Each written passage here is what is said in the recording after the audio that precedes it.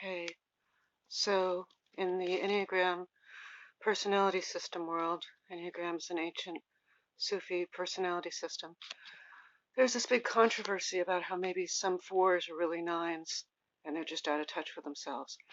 I don't know, I've had like a few, at least people, you're a nine, how are you not a nine? So anyway, and one thing I keep pointing out, and some people very much agree, by the time you're my age, 51, haven't you just been bullied and shamed for acting like a four in public so many times that you figured out to the point where it's second nature never to let that side of you show in public?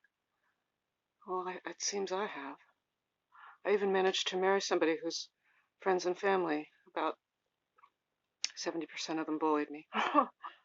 One time his daughter said something very indiscreet, and I burst into tears at the table in front of my husband's beloved aunt, Haiti, and ran from the table. I had to run from the table to not burst into tears in front of all these people, including this illustrious, wealthy matriarch I just met. Anyway, so this isn't a public space yet. I just sent out a joking post about on the chat group for this channel about maybe I should do a video of me crying, but it was a joke. I didn't realize I would be crying 10 minutes later. So yeah, sometimes I'm so sad that until my 7 fixation, that's what I would call secondary orientation. But I only have 24 people in my enneagram group, so I don't get to name the terms. Until my 7-4-7-1, the 7 part of my triad, kicks into gear with a new idea. Like 3 minutes ago, I was just lying in the auxiliary bedroom downstairs, thinking maybe I should come upstairs and try to do some kind of reconciliation if there was any chance of that, but asking myself, can you really move? Do you have the energy? And if you don't have enough energy left to get up and move, then what does that say about the situation? How many times have you felt this way since you arrived here? And you didn't say what you said in the perfect way, but you didn't say it in a really hardball way either. And somehow I'm the one who's supposed to take all the harsh feedback and do all the change. Anyway, what I'm trying to say is sometimes I just kind of can't move. And my therapist thinks it must mean that the kind of defining trauma for me happened before I was old enough to talk, because when I'm really upset, it's hard to talk. And I feel all my emotions in the 5th chakra. It's a different esoteric system, not that esoteric. Everybody knows about chakras. And my throat chakra. Or is that the 6th? 1, 2, 3, 4, 5. Oh, it's the 6th. And then this is the 7th. And this is the 8th. And some people believe in the 9th? No, that's not right. Whatever. Okay, so here's the crying video. Am I dark and brooding enough to be a 4 yet? Oh, actually, I don't really want to end on that note, because who gives a fuck about that controversy? What was I going to say? Oh, yeah. So, sadness for me is it's not biochemical. It's very situational. And since I'm what we call a social 4, my God, the filling fell off the front of my tooth. And then this was fake from a long time ago. My cousin and I have almost exactly the same one. And then just like a year of smoking and a couple years of Merlot. And my God, well, as also I haven't brushed my teeth since yesterday or the day before. I'm just too busy making videos and chatting about my videos.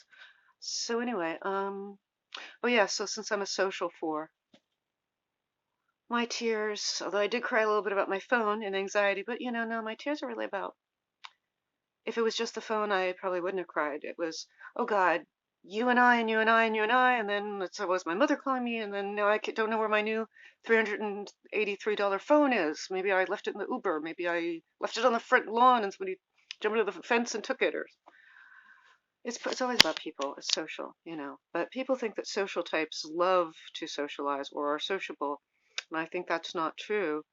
Sometimes recently I was wishing that I could live with just nobody else at all, no contact with anybody. But then how would I have food or shelter or clothing or electricity or whatever? I couldn't figure that out. So back to people. No, it just means that you're tuned in to people. Like somebody gets a look on their face and you think, oh, are they mad at me? Do they disapprove of me? Do they think I'm weird? Are they going to give me some kind of shit? Oh no, that was just maybe, they have a stomach pain or something. Now they're being friendly. Okay. I remember one time in Istanbul, like 3 nights in a row, the waiter at I really like to go to the restaurant in the hotel downstairs and get this stuff with pasta and tomato and yogurt and lamb. I forget what it's called.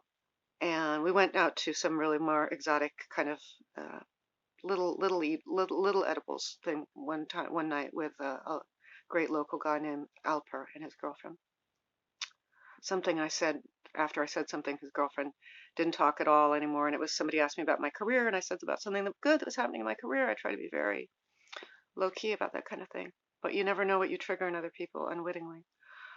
Like I try to never be like, oh, it's just so great. I always try and sprinkle a little. It was hard, and who knows about next time. But yeah, there was a little success. I'm happy. Anyway, so there's this waiter, and 3 nights in a row he was just standoffish and weird, and I was really uptight. And my husband said, "It's not about you. It's not about us. It's something in his life." And I was like, "You sure?" He's awfully standoffish and rude and weird. And then the fourth night he was fine. And my husband was like, see, he had like a pregnancy scare with his girlfriend or something. And I was like, yeah, that must be because he's a completely different guy now. Oh, that reminds me of that waiter in Japan. We had maybe I think just 2 nights in a row. We never stay anywhere very long.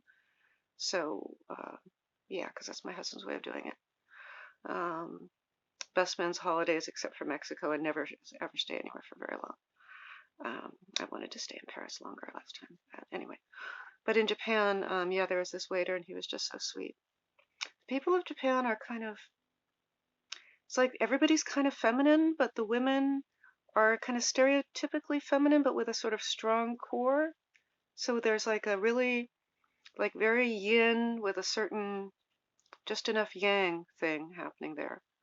But yeah, like you're tempted to think it's a sexist culture because the women are soft spoken, but then you realize the men are soft spoken too, and you just feel free to be soft and kind and gentle. And that's why I felt so at home there. Maybe underneath it all, I'm soft and kind and gentle. Who knows? Whatever. Okay.